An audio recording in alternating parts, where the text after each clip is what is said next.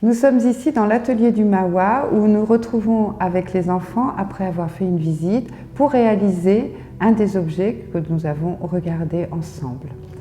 Et ici, on va utiliser pour faire les statuettes teké de la pâte à modeler. Je tire tout de suite. Tac. On va utiliser un peu de colle à la fin, du papier crépon. On en a deux sortes de papier crépon.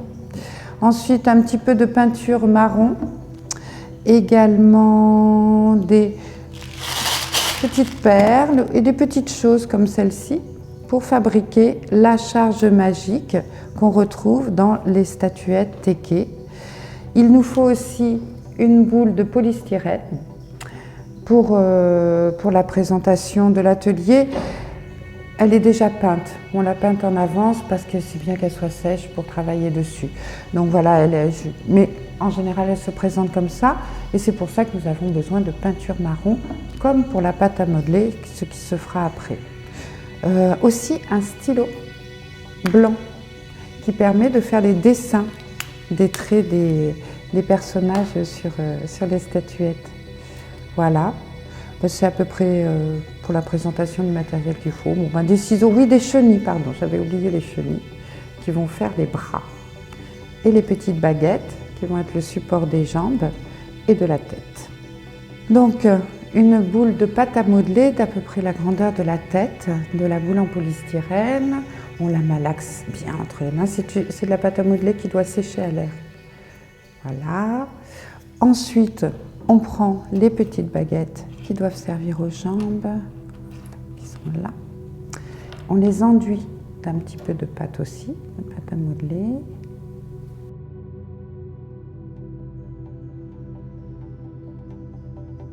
Donc, les deux pieds, on plante la petite baguette sur les pieds, l'autre petite baguette.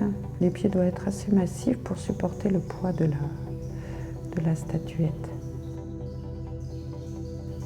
On creuse la cavité dans laquelle on mettra la charge magique. La tête peinte déjà à l'avance. On va aussi rouler un peu de pâte à modeler autour du cou. Voilà, là, la statuette est prête à recevoir le bilango. On va commencer plutôt avant de mettre la charge magique à faire les dessins.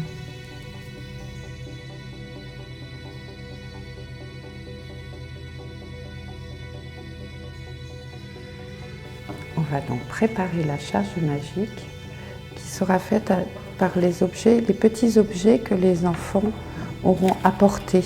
Ça peut être des perles.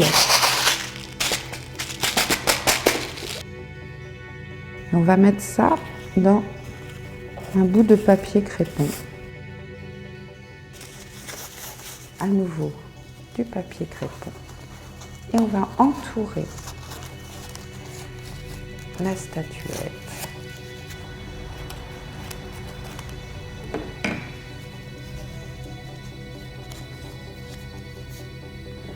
Un peu de colle. Voilà le résultat.